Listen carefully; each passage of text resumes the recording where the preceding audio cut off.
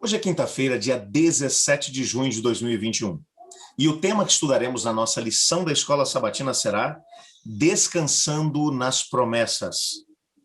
O texto que serve como base para o nosso estudo de hoje encontra-se de maneira muito especial em Filipenses capítulo 2, versos 7 e 8, que diz: Antes a si mesmo se esvaziou, assumindo a forma de servo, tornando-se em semelhança de homens, e reconhecido em figura humana, a si mesmo se humilhou, tornando-se obediente até a morte e morte de cruz.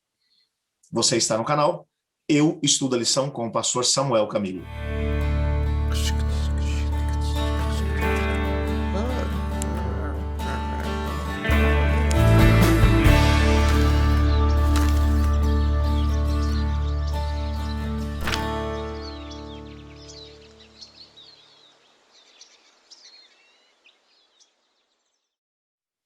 O nosso guia de estudos começa hoje com a história de um famoso cardeal chamado Bellarmino, que gastou boa parte da sua vida estudando e escrevendo materiais contra a ideia da justiça imputada. Ou seja, baseado naquilo que estudamos na lição de ontem, quando uma pessoa é tratada como se ela fosse justa.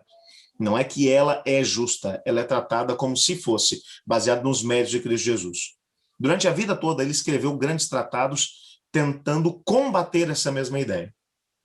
Entretanto, a história também vai mencionar que quando ele estava no seu leito de morte, exatamente antes de fechar os olhos e dormir o sono da morte, algumas pessoas trouxeram para ele várias relíquias e algumas coisas que ele acreditava serem resultado da justiça dos santos e, ao mesmo tempo, a justiça que havia sido ganha por outras pessoas e que ele agora poderia usar nesse momento em que estaria pronto para poder cessar a sua vida e encontrar-se com Deus, que seria a próxima coisa que ele veria.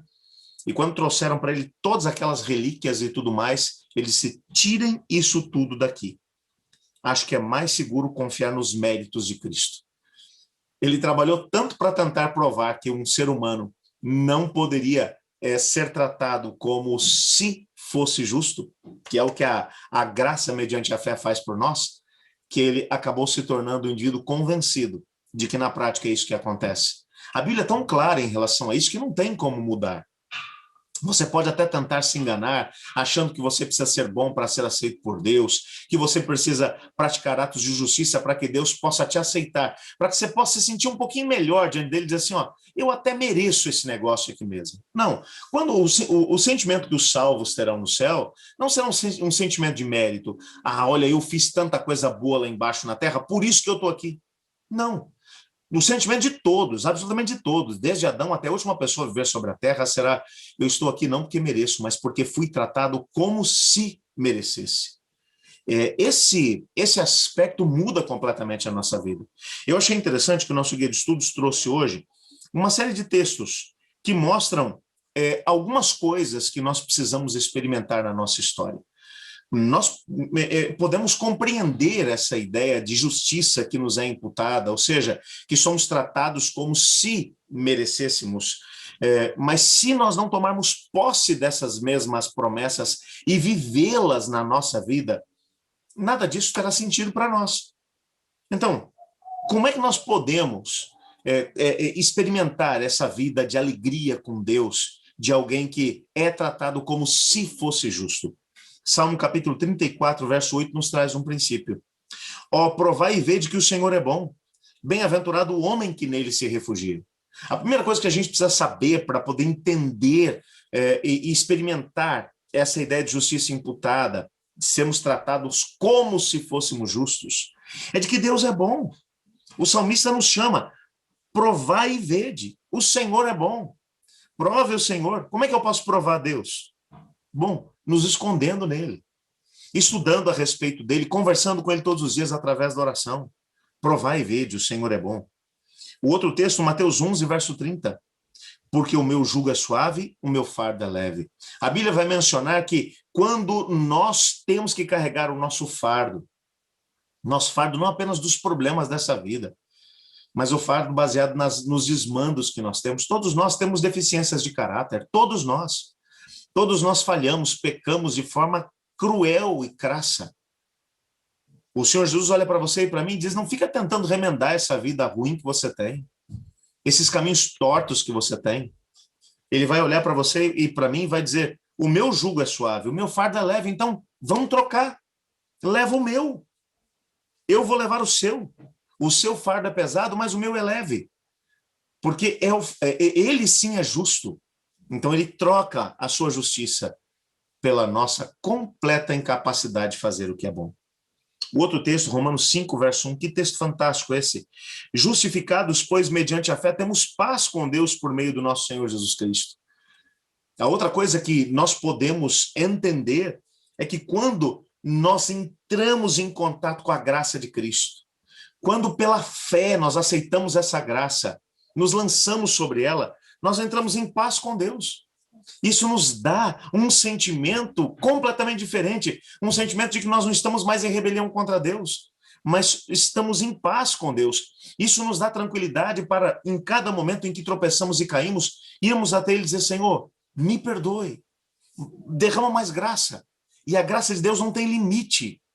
Nós nunca conseguiremos ser tão depravados ou tão pecadores que a graça de Deus vai faltar para cobrir os nossos pecados. Existe graça abundante para todas as pessoas. Filipenses 2, versos 7 e 8, foi o texto que nós lemos ainda agora há pouco. Antes, assim mesmo, se esvaziou, assumindo a forma de servo, tornando-se em semelhança de homens, e reconhecido em figura humana, a si mesmo se humilhou, tornando-se obediente até a morte, morte de cruz. A pergunta que o nosso guia de estudos faz, baseado nesse texto, é: o que você ganhou com a experiência de Cristo? Existe muita coisa aqui nesse texto, é um texto muito rico. O Senhor se esvaziou de si mesmo. Jesus, para se tornar um de nós, ele perdeu muita coisa. Ele assumiu a forma de servo, ele tornou-se em semelhança de homens, ele foi reconhecido em figura humana, se humilhou, tornou-se obediente até a morte, morte de cruz. E eu e você? Você pega exatamente o contrário de tudo isso, foi o que ele nos ofereceu. Tudo que ele abriu mão, ele ofereceu para nós, por sua graça e por sua misericórdia. Alguém que um dia, no dia em que o juízo de Deus terminar, e que tiver que comparecer diante do Senhor e entender que foi completamente perdido, que miseravelmente será lançado no lago que arde com fogo e enxofre, que irá para o inferno, que vai ser destruído junto com o diabo e os seus anjos. Ninguém vai poder dizer, faltou um pouco de força para que eu pudesse vencer. Aqueles que se perderem terão que dizer, eu rejeitei a graça de Deus. Deus fez tudo o que eu precisava para ser salvo, mas eu rejeitei a sua graça. Portanto, não faz sentido. Hoje, o grande desejo de Deus para você e para mim é que aceitemos a sua graça maravilhosa. Que aquilo que ele fez por nós na cruz do Calvário não fique apenas numa dimensão intelectual, mas que entre no nosso coração, na nossa vida, e que faça com que tenhamos a oportunidade de experimentar dia a dia, momento a momento, essa graça dele. Eu quero orar pedindo a Deus para que nos ajude a vivermos essa experiência. Você não quer fazer isso agora? Ore comigo. Obrigado, Senhor, por tua graça maravilhosa. Obrigado porque através dela nós podemos ser salvos. Nós te pedimos que nos ajude a aceitarmos, a tomarmos posse da tua graça, pois é em nome de Jesus que oramos. Amém. Eu estudo a lição. E você?